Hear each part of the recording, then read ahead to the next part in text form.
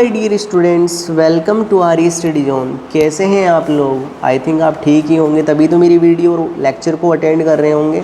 अगर आप कहीं पे चले गए होते तो हमें दुख भरी स्टोरी लगानी पड़ती अपने सोशल अकाउंट पर।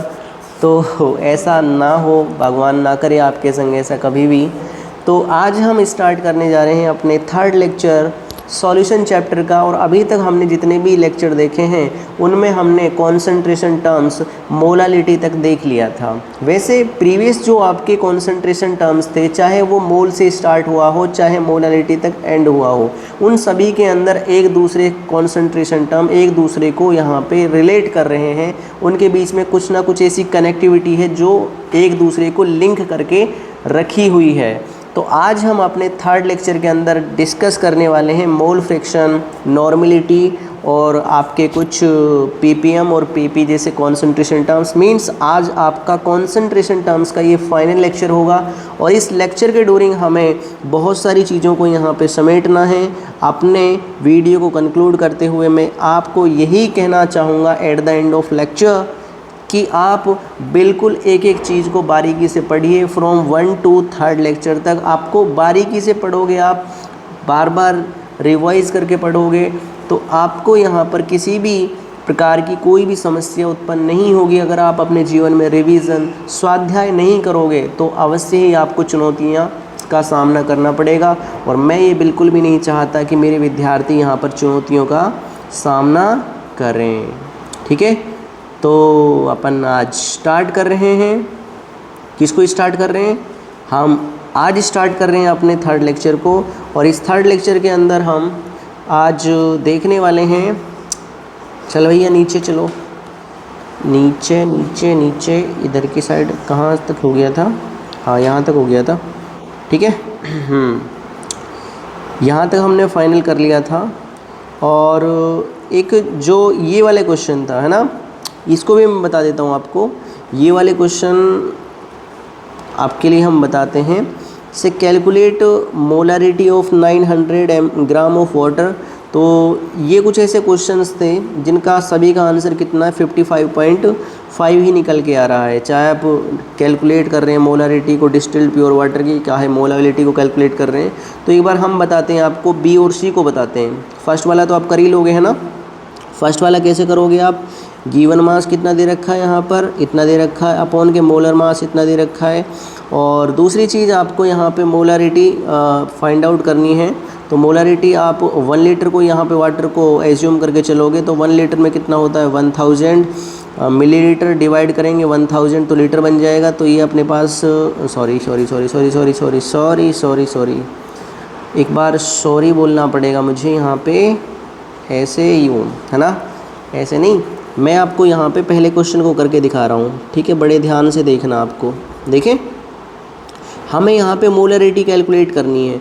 मुझे यहाँ पे बोला गया है कि WH2O मेरे पास कितना है, यहाँ पर 900 ग्राम। सभी को पता है 900 ग्राम है। अच्छा, आपको ये भी पता होगा कि डेंसिटी ऑफ सॉल्यूशन कितना होता है, बताइए।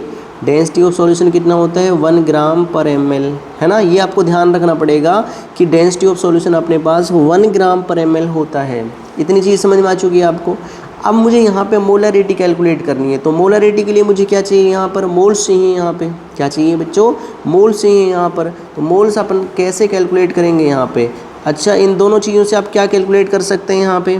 WH2O और डेंसिटी ऑफ सॉल्यूशन। तो क्या कैलकुलेट करोगे बताओ यहाँ पे, बताइए, जल्दी बताइए।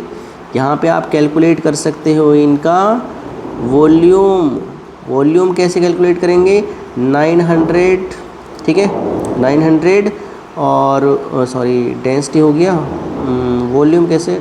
मास अपॉन के डेंसिटी होता है ना, तो मास अपॉन के वॉल्यूम होता है, सॉरी, मास अपॉन के वॉल्यूम हो गया। ऐसे ही density is equal to mass upon के वॉल्यूम। तो अपन यहाँ पे वॉल्यूम क्या लिखेंगे?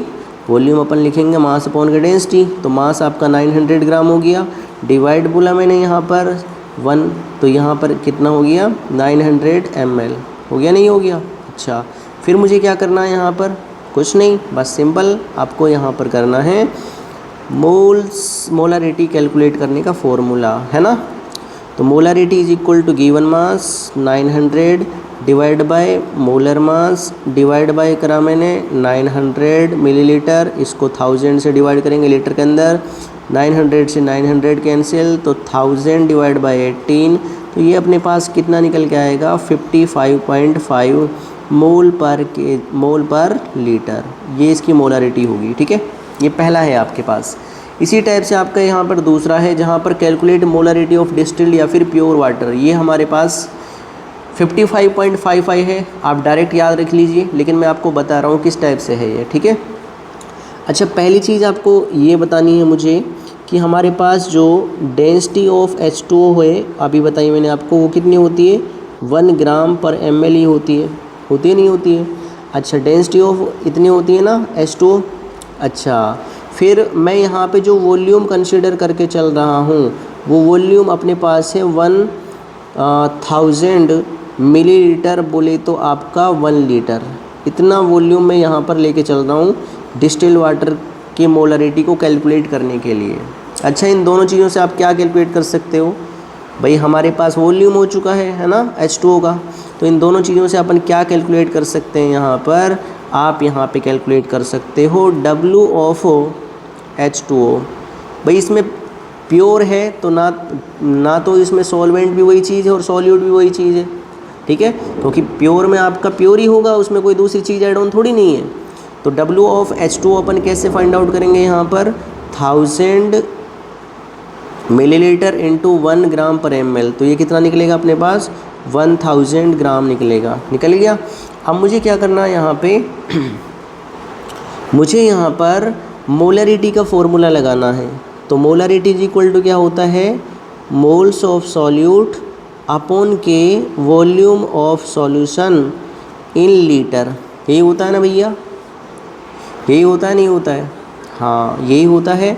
अपन इसे कैलकुलेट करने जाएंगे तो मेरे को यहाँ पर molarity is equal two moles, given mass कितना दे रखा है 1000 ग्राम, अपॉन के मोलर मास वाटर का कितना होता है 18 होता है, वो आप शायद जानते होंगे। H2O 2 इंटू के 1 प्लस के 1 16, तो ये कितना निकल के आता है 18 ग्राम निकल के आता है।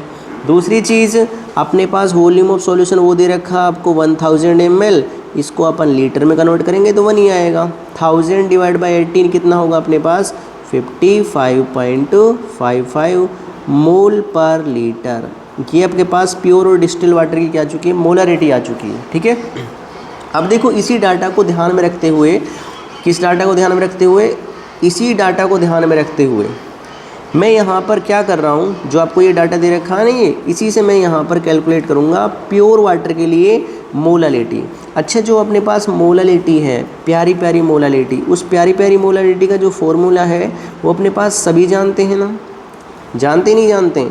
अच्छा मोलालिटी का अपना फॉर्मूला क्या होता है, मोल्स ऑफ सॉल्यूट अपॉन के W of solvent in kg, यही होता है ना। अच्छा तो मोलालिटी इज इक्वल टू क्या बनेगा अपने पास, गिवन मास अपॉन के मोलर मास, गिवन मास आपका 1000 divide by molar mass 18, divide किया मैंने यहाँ पर आपका W ऑफ सॉल्वेंट कितना अपने पास, वही तो होगा भाई, सॉल्वेंट भी वही है, सॉल्यूशन भी वही, सॉल्यूट भी, क्योंकि प्योर और डिस्टिल वाटर अपने पास कोई दूसरा कंपोनेंट थोड़ी नहीं है उसके अंदर। 1000 डिवाइड बाय 1000, तो ये अपने पास कितना आएगा अगेन 55.55, और अब की बार जो आपकी यूनिट बनेगी वो क्या बनेगी, मोल पर केजी, ये आपका आंसर होगा। तो प्योर और डिस्टिल्ड वाटर की मोलारिटी और मोलालिटी दोनों ही कितने निकल के आती हैं 55.55 निकल के आती हैं, और जबकि आपका 900 ग्राम की जो मोलारिटी होती है वो भी कितनी आती है 55.55 होती है। तो एक बार स्क्रीनशॉट लीजिए इसका, फिर हम आगे बढ़ेंगे और देखेंगे किस टाइप से आपका नेक्स्ट चीज़ें आपको करनी है।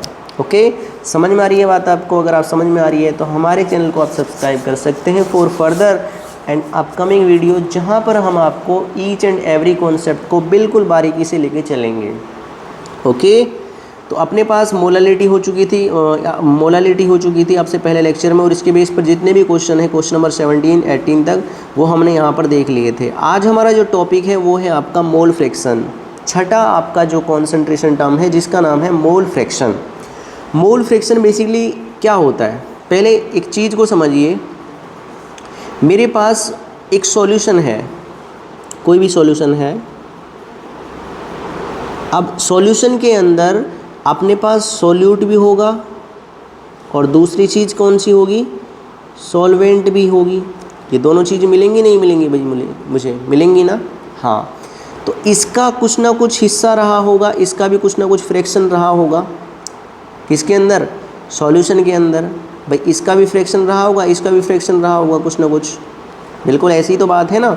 तो मैं ये बोल सकता हूँ कि मेरे पास mole fraction of solute plus के मोल फ्रैक्शन ऑफ सॉल्वेंट आपका हमेशा 1 होता है। ठीक है, इस चीज़ को ध्यान रखना आपको। दूसरी चीज़ ये है, अगर मैं यहाँ पर, वो तो आपको क्लियर होगा, मोल फ्रैक्शन ऑफ सॉल्यूट 1 माइनस के मोल फ्रैक्शन ऑफ सॉल्वेंट बनेगा। ठीक है, दूसरी चीज़ मोल फ्रैक्शन ऑफ सॉल्वेंट अपने पास क्या बनेगा, 1 माइनस के मोल फ्रैक्शन ऑफ सॉल्यूट बनेगा। बन गया ना। ये चीज़ तो आपको क्लियर वैसे ही समझ में आ रही होगी, जिसे मुझे बताने की आवश्यकता ही नहीं है। बस एक चीज़, mole fraction of solute plus के मोल फ्रैक्शन ऑफ सॉल्वेंट आपको इक्वल 1 मान के चलना, बाकी और कुछ भी नहीं करना आपको। ठीक है, नहीं करोगे ना पक्का, खाओ मम्मी की कसम, खा ली। अच्छा ठीक है, अब हमारे पास मोल फ्रैक्शन का जो फॉर्मूला होता है वो होता है अपने पास, मोल फ्रैक्शन का फॉर्मूला होता है moles of a component. Mole fraction का जो फॉर्मूला होता है वो होता है, अरे नीचे साइड में लिखना पड़ेगा यार, रुको एक सेकेंड, रुको, आपको नीचे लिख देता हूँ मैं, है ना। यहाँ पे लिख देते हैं अपन, है ना, यहाँ पे लिख देते हैं। जो हमारे पास मोल फ्रैक्शन का जो फॉर्मूला होता है वो होता है अपने पास moles of a component upon के टोटल मोल्स, यही होता है ना। अब देखो, टोटल मोल्स तो आपके सॉल्यूट के भी होंगे और प्लस के सॉल्वेंट के, दोनों के क्या कहलाएंगे, टोटल मोल्स कहलाएंगे, जिसका मुझे मोल फ्रैक्शन निकलवाने के लिए बोल रहा है। अब लाइक जैसे मेरे पास एक सॉल्यूशन है ए और एक सॉल्यूशन है अपने पास, उसके 2 कंपोनेंट है, एक ए है और दूसरा क्या है, बी है। अगर मुझे मोल फ्रैक्शन ऑफ ए निकालवाना है तो मोल्स ऑफ ए अपॉन के टोटल मोल्स, मतलब ए के बी और दूसरा बी के बी, ये लिखना पड़ेगा नहीं लिखना पड़ेगा, बिल्कुल लिखना पड़ेगा। अगर मैं आपसे बोलता हूँ मोल फ्रैक्शन ऑफ बी, तो इसके मोल्स जिसके लिखवाने के लिए बोल रहा है, तो मोल्स ऑफ बी अपॉन के मोल्स ऑफ ए प्लस के मोल्स ऑफ बी, जो आपका क्या होगा, एन टोटल बोले तो टोटल मोल्स कहलाएंगे। क्या कहलाएंगे, ये टोटल मोल्स है अपने पास। जो ये वाले दिख रहे हैं ना आपको, ये वाले दिख रहे हैं, ये वाले, ये अपने पास क्या है, टोटल मोल्स। जो एन ए प्लस के एन बी है, ये टोटल मोल्स है। ये कहानी समझ में आ रही है आपको, पकड़ में आ रही है, कोई दिक्कत वाली बात नहीं है ना। अच्छा, जो मैंने कुछ लिख रखा है यहाँ पर वो यही तो है। मैंने बोला mole fraction of solute is equal to, जिसके निकलवाने के लिए बोल रहा है उसके मोल्स प्लस के अपॉन के मोल्स ऑफ सॉल्यूट प्लस के मोल्स ऑफ सॉल्वेंट, बोले तो एन टोटल बोलेंगे इसे। यहाँ पे सॉल्वेंट का मोल फ्रैक्शन बुलवाने के लिए बोल रहा है, तो उसके निकलवाने के लिए बोल रहा है जिसका, उसके मोल्स अपॉन के टोटल मोल्स, बोले तो सॉल्यूट के भी और सॉल्वेंट के भी। ये चीज़ समझ में आ रही है आपको, बिल्कुल कोई दिक्कत वाली बात तो नहीं है ना। नो, अच्छा, अगली चीज़ क्या आती है अपने पास, अगली चीज़ ये आती है भैया, अगली चीज़, रुको, यहाँ पे कहीं पे स्पेस दिख रहा है, हाँ यहाँ पे दिख रहा है, वैसे छोटा स्पेस है ना, यहाँ पे लिख देते हैं, यहाँ पे लिख देते हैं अपन, यहाँ पे यार चलो ऊपर लिखते हैं फिर, ठीक है, यहाँ से लिखते हैं ऐसे ऐसे ऐसे ऐसे।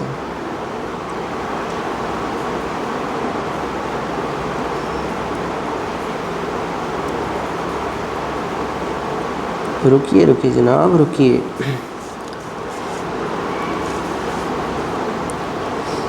यहाँ से मैं एक चीज़ लिख रहा हूँ, मैंने बोला mole fraction of solute upon के मोल फ्रैक्शन ऑफ सॉल्वेंट बराबर क्या था अपने पास, मोल्स ऑफ सॉल्यूट अपॉन के एन टोटल, यही तो था, जिसको मैं मोल्स ऑफ सॉल्यूट प्लस के मोल्स ऑफ सॉल्वेंट बोल रहा था, वो एन टोटल था।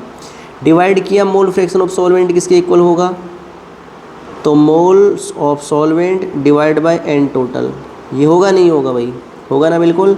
अच्छा, एन टोटल से एन टोटल कैंसिल आउट हो गया, तो मेरे पास यहाँ पर क्या रिलेशन निकला, मेरे पास रिलेशन निकला कि मेरे को मोल फ्रैक्शन अगर दे रखा है तो उसके मोल से मैं उसको कंपेयर कर सकता हूँ। किससे कंपेयर कर सकता हूँ? हाँ जी, तो मैं बोलूँगा यहाँ पर moles of solute divide bye moles of solvent. ये मैंने यहाँ पर बोल दिया। आ रही बात समझ में क्लियर? आपको कोई दिक्कत वाली बात नहीं है ना? अच्छा, अब हम जाते हैं अपने क्वेश्चन की तरफ। इतनी चीज़ समझ में आ गई। जो मैं यहाँ पे चीज़ें बोल रहा हूँ वो आपको एज इट इज़ ध्यान रखनी है। एक तो ये चीज़ ध्यान रखनी है आपको, ठीक है, ये वाली चीज़ ध्यान रखनी है, ये वाली चीज़ ध्यान रखनी है आपको, ठीक है, और भैया और कौन सी चीज़ ध्यान रखनी है?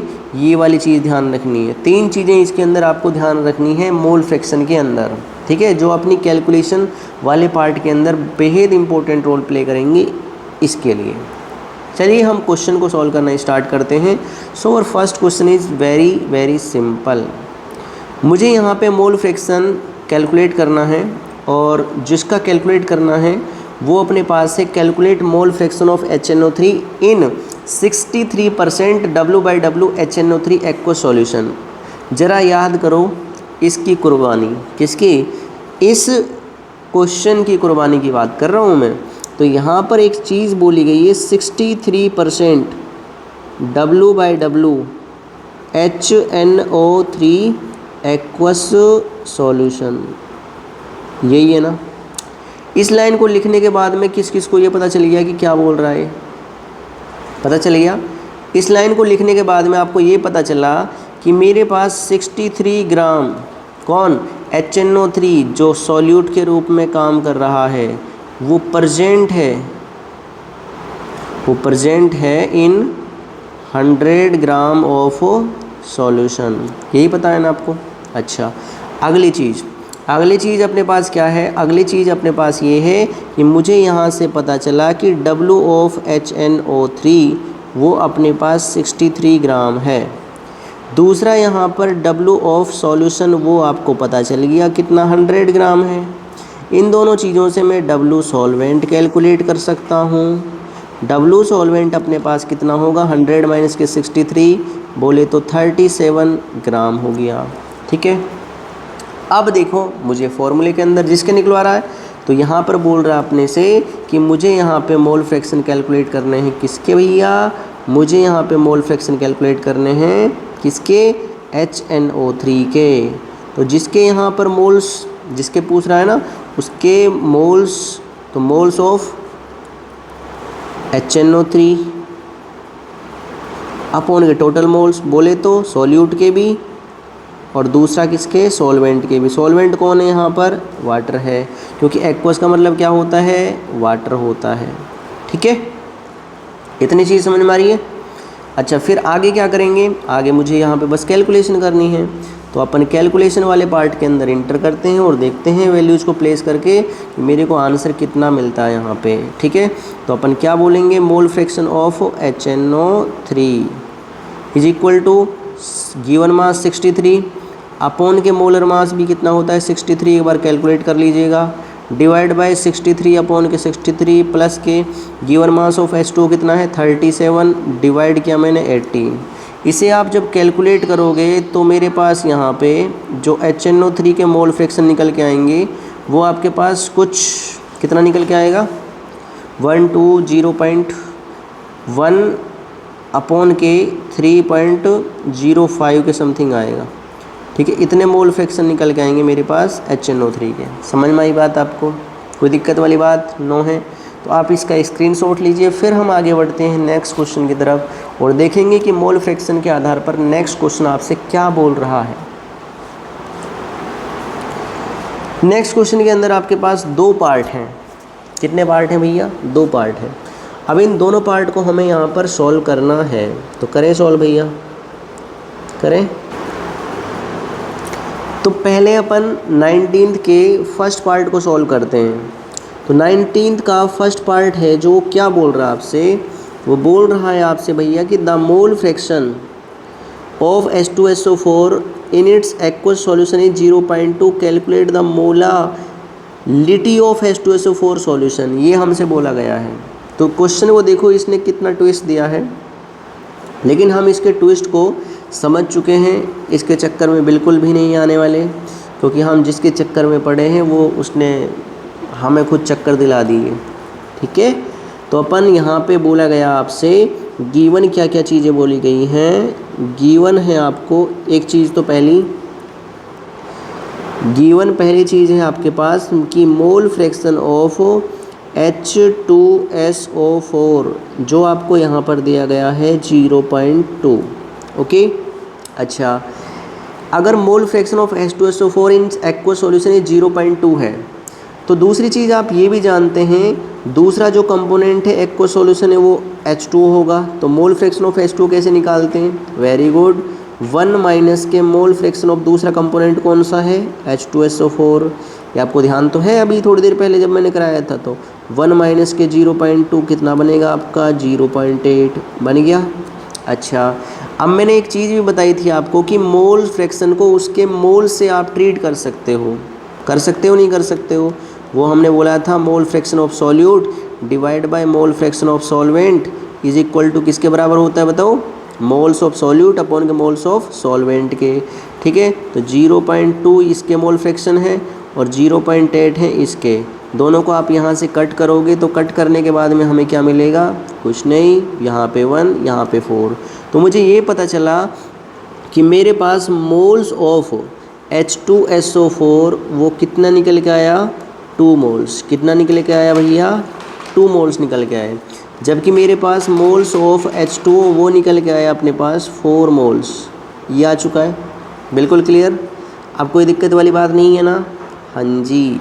अब मुझे यहाँ पे मोलालिटी कैलकुलेट करनी है, तो मोलालिटी के लिए चाहिए मुझे यहाँ पे W सॉल्वेंट, और W सॉल्वेंट कौन है आपका? मोल्स। अच्छा, एक चीज़ बताइए, अगर मैं मोल्स के अंदर, किसके अंदर बच्चों? मोल्स के अंदर यहाँ पर उसके मोलर मास का इंटू का कर दूँ, क्या कर दूँ? उसके मोलर मास का इंटू कर दूँ, तो मेरे पास यहाँ पर क्या निकल जाएगा? क्या निकल जाएगा? मास निकल जाएगा, है ना? तो मास ही तो निकालना मुझे, है ना? तो मास निकालते हैं, तो 4 मोल्स इंटू के 18 मोलर मास होता है। तो यहाँ पर 72 ग्राम क्या आ चुका है? इसका वेट आ चुका है। ठीक है, किसका? सॉल्वेंट का, जो वाटर के रूप में काम कर रहा है। इसके भी लगते हाथ निकाल लेते हैं, वैसे ज़रूरत तो है नहीं है लेकिन निकाल लेते हैं। 2 मोल इसके और 92.8 इसका मास होता है, तो कितना आएगा? 196। ठीक है, 2 मोल, सॉरी 1 मोल है इसका। ठीक है, यहाँ से कट तो कर दिया था मैंने, यहाँ पे 1, ठीक है, यहाँ पे 1 और ये 4, तो यहाँ पर 1 आएगा। इसको इरेज कर देते हैं एक बार, है ना? यहाँ पर आएगा आपका 1 मोल्स। ठीक है, 1 इंटू 98, तो ये 98 ही आएगा आपके पास। ठीक है, यहाँ से इसे भी कट कर देते हैं, ये 98। ओके, कोई दिक्कत वाली बात नहीं। अब मेरे से पूछवा रहा है यहाँ पे मोलालिटी, तो मोलालिटी को ही कैलकुलेट करते हैं भैया। मोलालिटी का फॉर्मूला होता है moles of solute. Moles of solute कितना है आपके पास? 1। ठीक है, और कोई दिक्कत वाली बात नहीं है ना? Divide by W of solvent है अपने पास 72। ठीक है, डिवाइड कर दिया मैंने यहाँ पे 1000 से, किसके अंदर? किलोग्राम के अंदर कन्वर्ट करने के लिए। आप इसे कैलकुलेट करोगे तो मेरे पास यहाँ पे जो आंसर निकल के आएगा 1000 डिवाइड बाय 72। एक बार कर लेना, 1000 डिवाइड बाय 72, आपके पास आंसर निकलेगा 30.89 मोल पर केजी के समथिंग। ठीक है, जो आपका अप्रोक्सीमेटली इक्वल है किसके? 14 के मोल पर केजी। ये समझ में आ चुका आपको? कोई दिक्कत वाली बात तो नहीं है ना? हाँ जी। अगर आपको समझ में आ रहा है तो वेल एंड गुड, समझ में नहीं आ रहा है तो भैया इलाज करवाइए अपना। ठीक है, ओके। अब एक बार इसका स्क्रीनशॉट ले लीजिए ताकि आप यहाँ पर नेक्स्ट क्वेश्चन को भी सॉल्व कर सकें। तो अपन अब नेक्स्ट क्वेश्चन को सॉल्व करने जा रहे हैं। इसको कर रहे हैं अपन यहाँ पे दफन। तो दफ़ा हो जा भैया, अब बहुत देर होगी तुझे यहाँ पे स्लाइड पे घूमते घूमते। ठीक है, यहाँ से भी अपन करेंगे ऐसे, यूँ यूँ यूँ यूँ यूँ यूँ, ऐसे यूँ। ठीक है, तो ये हो गया डिलीट, बस ख़त्म हो गया। इसको भी कर देते हैं अपन डिलीट। और अब हम क्वेश्चन नंबर 19 के बी पार्ट पर जा रहे हैं और पूछ रहे हैं आपसे कि भैया देख लो जरा ध्यान से क्या बोल रहा है। Calculate the molarity of aqueous sodium hydroxide solution whose density 1.34 gram per ml and the mole fraction of sodium hydroxide is 0.4। तो सबसे पहले आपको क्या करना है, जो मैं करवाने के लिए बोलता हूँ, इस क्वेश्चन को पढ़ लिया आपने, क्या बोला गया है वो लिख दो यहाँ पे, ठीक है। जो यहाँ पे गिवन कर रखी है चीज़ें उसको लिख दो एक साइड में। तो गिवन अपने को क्या कर रखा है, यहाँ पे मोलारिटी कैलकुलेट करनी है मुझे एक्वस सोडियम हाइड्रोक्साइड की, ठीक है। सोडियम हाइड्रोक्साइड सॉल्यूशन की डेंसिटी दे रखी है सॉल्यूशन की। पहली चीज़ यहाँ पे डेंसिटी ऑफ सॉल्यूशन दे रखा है 1.34 gram per ml, 1.34 gram per ml इतना दे रखा है। फिर मुझे क्या करना है यहाँ पे, and the mole fraction of sodium hydroxide is 0.4, mole fraction of sodium hydroxide is 0.4। Okay, समझ में आ रही बात आपको। अच्छा, इसके मोल फ्रैक्शन 0.4 दे रखे हैं, तो मुझे यहाँ पर मोल फ्रैक्शन ऑफ H2O कितने मिल जाएंगे यहाँ पर, बताओ बताओ भैया बताओ। हाँ, 1 माइनस के 0.4 कितना बनेगा, 1 माइनस के 0.4 बनेगा आपका 0.6 बन गया। अच्छा जी, इतनी चीज़ आपको पता चल गई इसके अंदर, और कुछ तो नहीं है ना, नहीं है ना बिल्कुल भी भैया। अच्छा, मुझे यहाँ पर मोल फ्रैक्शन ऑफ, अरे रुको कलर चेंज करते हैं, थोड़ा सा वेरिएशन लेकर आते हैं। मोल fraction of sodium hydroxide divide by mole fraction of H2O, इसके मोल से ट्रीट कर सकता हूँ। तो इसके मोल्स कितने अपने पास 0.4, इसके मोल्स कितने 0.6। अपन यहाँ से कट करेंगे तो मुझे यहाँ पर कितना मिलने वाला है, ऊपर मिलने वाला है 2 और नीचे मिलने वाला है 3। तो मेरे पास मोल्स तो हो चुके हैं कितने सोडियम हाइड्रोक्साइड के, वो हो चुके हैं मेरे पास 2 मोल। कितने, 2 मोल्स। 2 मोल्स को अगर आप कन्वर्ट करोगे यहाँ पे मोलर मास से गुणा करोगे तो मेरे पास कितना आएगा, 80 ग्राम आ जाएगा, ठीक है। अगर मेरे पास मोल्स ऑफ H2O की बात करोगे तो वो है आपके पास 3, और 18 से आप यहाँ पर वो करोगे तो ये 54 ग्राम, 18 3 जा 54, ठीक है, इतना ही तो आएगा।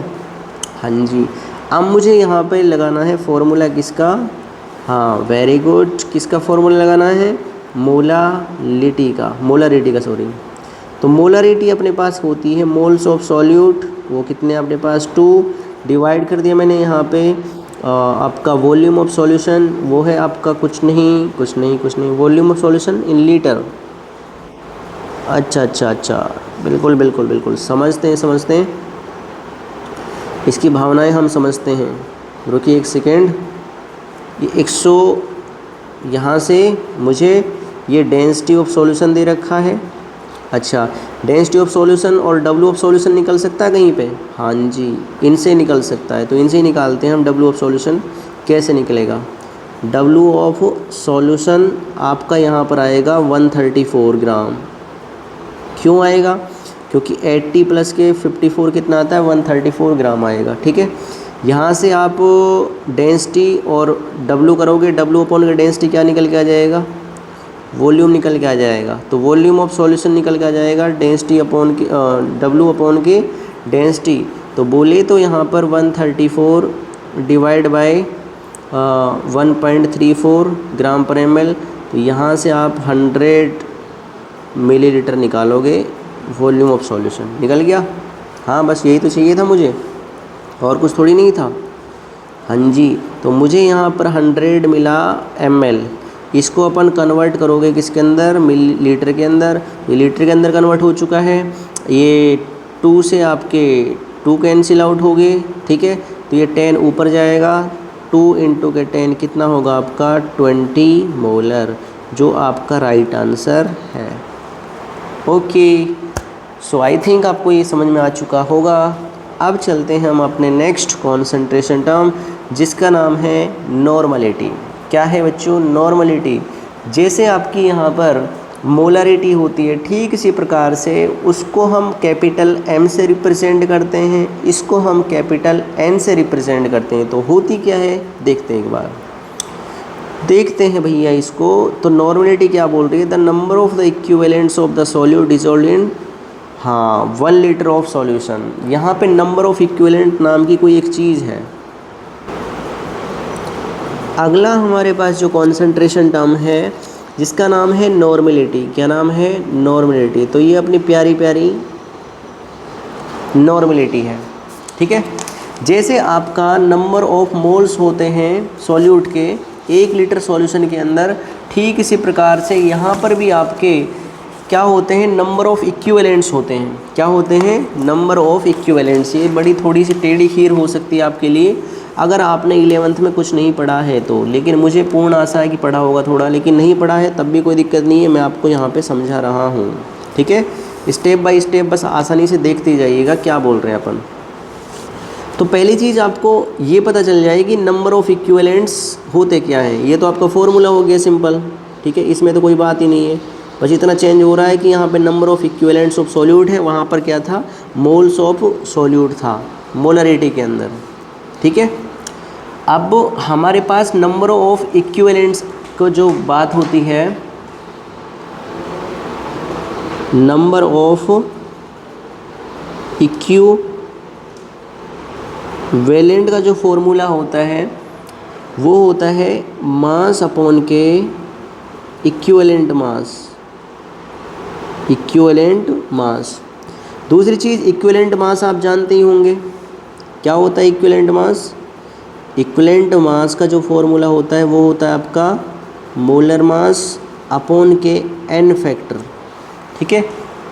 एन फैक्टर जिसको हम चेंज भी बोलते हैं और वैलेंसी फैक्टर भी बोलते हैं। किसी भी केमिकल रिएक्शन के अंदर किसी भी एक एलिमेंट का अगर आप रिएक्टेंट से प्रोडक्ट जाने में जो चेंज देख रहे हैं आप, वो क्या होता है आपका? एन फैक्टर या फिर वैलेंसी फैक्टर कहलाता है, ठीक है।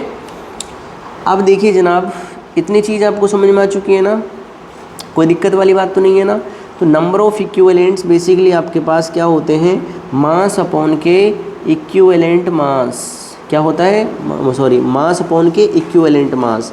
यहाँ से आप इसको और ज़्यादा मैनिपुलेट कर सकते हो, नंबर ऑफ इक्विवेलेंट्स, इसको तो मैंने ऐसे ही लिखा, मास को मैंने ऐसे ही रहने दिया, डिवाइड बाय इक्विवेलेंट मास क्या होता है अपना? मोलर मास अपॉन के एन फैक्टर। एन फैक्टर ऊपर चला जाएगा। अब ये वाली जो चीज़ दिख रही है आपको यहाँ पे, ये वाली जो चीज़ दिख रही है ये क्या है बताइए? हाँ, वेरी गुड। ये क्या अपने पास यहाँ पे? बताइए बताइए जल्दी बताइए फटाक से। हाँ, ये अपने पास क्या है? मोल्स। तो अपन क्या बोलेंगे यहाँ पर? Number of equivalents. Equivalents is equal two moles into के एन फैक्टर। मतलब नंबर ऑफ इक्विवेलेंट्स निकालने के मेरे पास कई फॉर्मूले हो चुके हैं, ठीक है। नंबर ऑफ इक्विवेलेंट्स निकाल, और ये क्या हुआ? ये क्या हुआ भैया? ये तो कुछ ज़्यादा ही खतरनाक कंडीशन बन गई, ज़्यादा ही हो गया है तो यार कुछ। चलो कोई नहीं, हो जाने दो, हमारे पास सही तरीका है। तो अपन करते हैं इसको, number of equivalents is equal two moles into के एन फैक्टर। ये हमारे पास फॉर्मूला है, बना है ये वाला। एक तो ये बन गया आपका, दूसरा फॉर्मूला ये हो गया आपका, तीसरा फॉर्मूला कौन सा हो गया आपका?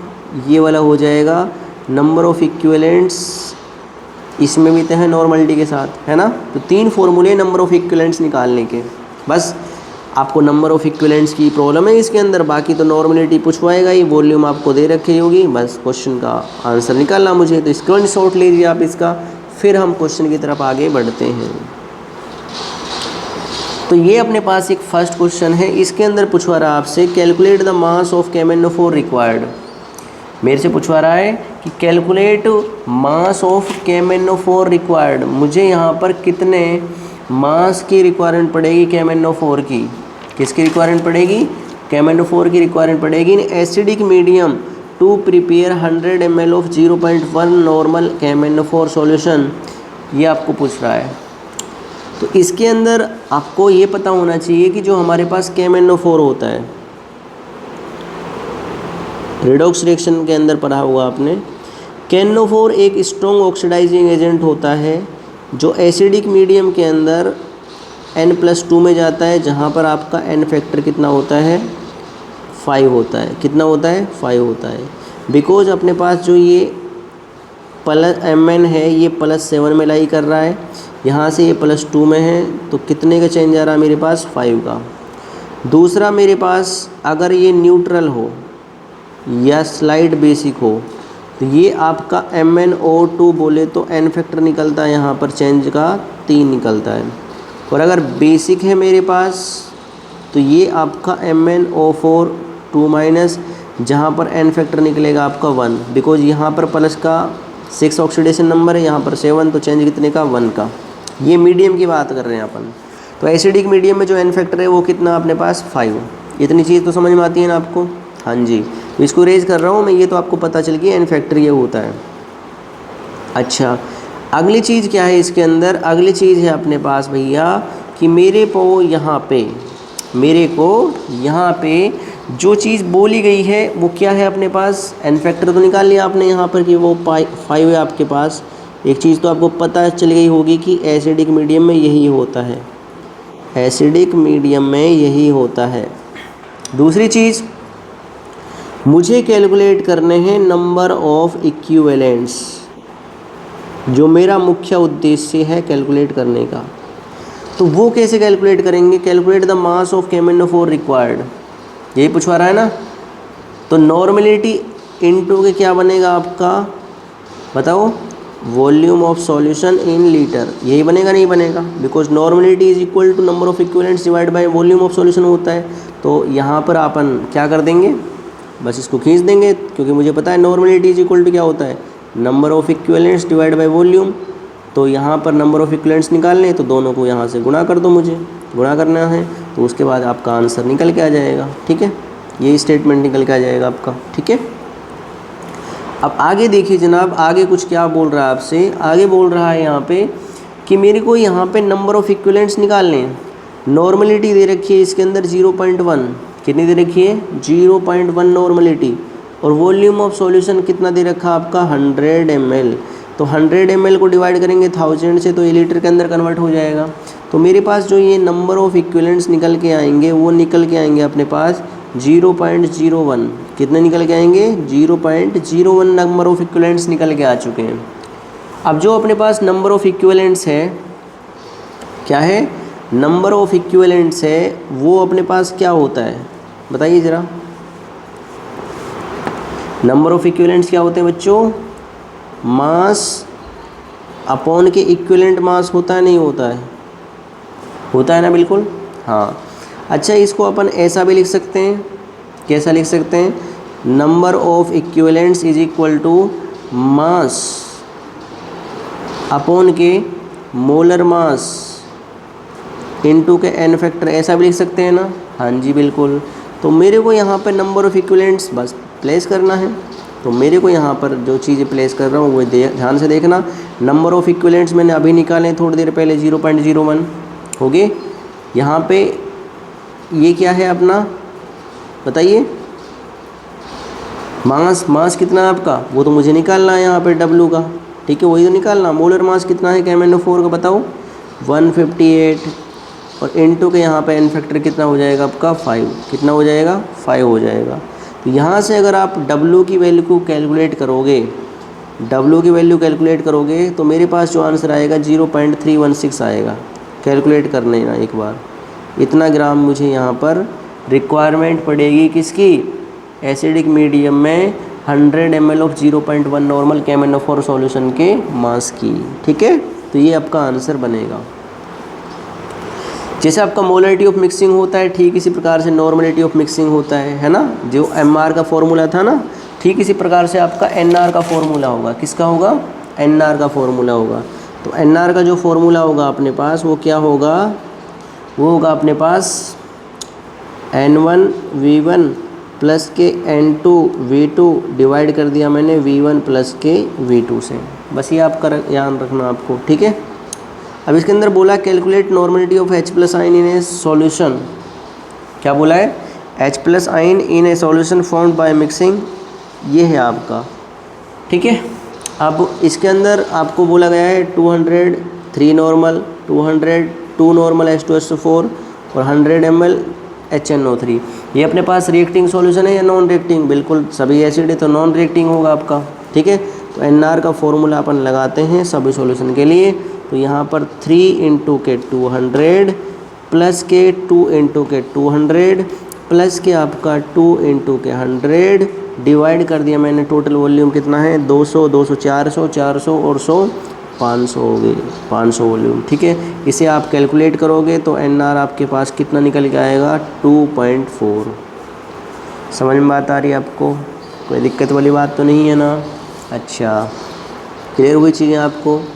अब आपका लास्ट कॉन्सेंट्रेशन टर्म है जिसका नाम है पार्ट्स पर मिलियन या फिर दूसरा है पार्ट्स पर बिलियन।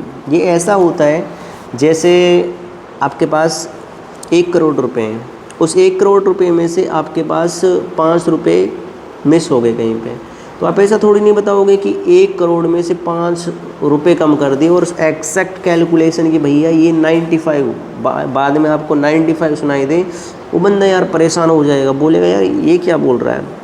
आपके पास अगर करोड़ रुपये हैं तो आप करोड़ ही बताओगे, ना कि ये बताओगे कि 5 रुपये करोड़ में मेरे पास कम है, क्योंकि आप जानते हैं वैल्यू, पैसे की वैल्यू जानते हैं, ठीक है। ठीक इसी प्रकार से अगर मेरे पास सॉल्यूट की जो क्वांटिटी है वो बहुत ही कम है, जैसे जो आपको देखने को मिलती है वो कॉन्सेंट्रेशन टर्म के अंदर कौन कौन से देखने को मिलती है, ये देखो। These terms are used to represent the concentration of very dilute solution, like very small amount of solute present in large amount of solution। जैसे आपका हो गया एयर पोल्यूशन। एयर पोल्यूशन के अंदर क्या होता है? बहुत कम मात्रा में आपकी इम्प्योरिटीज़ क्या होती हैं? डिज़ोल्व होती हैं, सॉल्युबल होती हैं, एयर के अंदर मिक्स होती हैं। और हार्डनेस ऑफ वाटर होता है। हर जो आप पानी पीते हैं उसके अंदर कुछ ना कुछ लिमिट तक आपकी हार्डनेस छुपाई जा सकती है, लेकिन कोई भी वाटर, बहुत ही कम वाटर देखने को मिलता है जो पूरी तरीके से यहाँ पर फिल्टर्ड हो। तो इम्प्योरिटी ऑफ ब्लड, सभी को पता है कि सभी का ब्लड इम्प्योर है, लेकिन कोई यहाँ पे डोनेट नहीं करना चाहता। सभी को पता है कोई कुछ खाता रहता है, कोई कुछ खाता रहता है, लेकिन जो इम्प्योरिटी का लेवल है पर्सन टू पर्सन वो थोड़ा थोड़ा चेंज होता है, ठीक है। तो पार्ट्स पर मिलियन का फॉर्मूला क्या होता है? Moles of solute divide by mass of solution into के 10⁻⁶। ये अपना इसका फॉर्मूला होता है, ठीक है। ध्यान रखना, mass of solute divide by mass of solution divide by 10⁻⁶। दूसरा आपका पार्ट्स पर बिलियन का होता है mass of solute divide by mass of solution divide by 10 into के 10⁹। बिलियन 10⁹ और मिलियन 10⁶। ये चीज़ ध्यान रखनी है, बस आपको पीपीएम और पीपी भी पता चल जाएगा, ठीक है। और इस क्वेश्चन को यहाँ पे पूरा सॉल्व करना है, इसके अंदर जितने भी कॉन्सेंट्रेशन टर्म है ना सभी को सॉल्व करना। तो आई होप आज के लेक्चर को मैं यहीं पे समाप्त कर रहा हूँ, क्योंकि समय हो चुका है बहुत ज़्यादा। आप सभी का बहुत बहुत धन्यवाद इस सेशन में जुड़ने के लिए।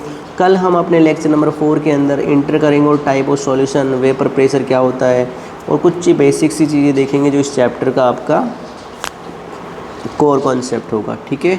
तो कल मिलते हैं आपसे, तो कल मिलेंगे आपसे, ठीक है। Ta-ta bye.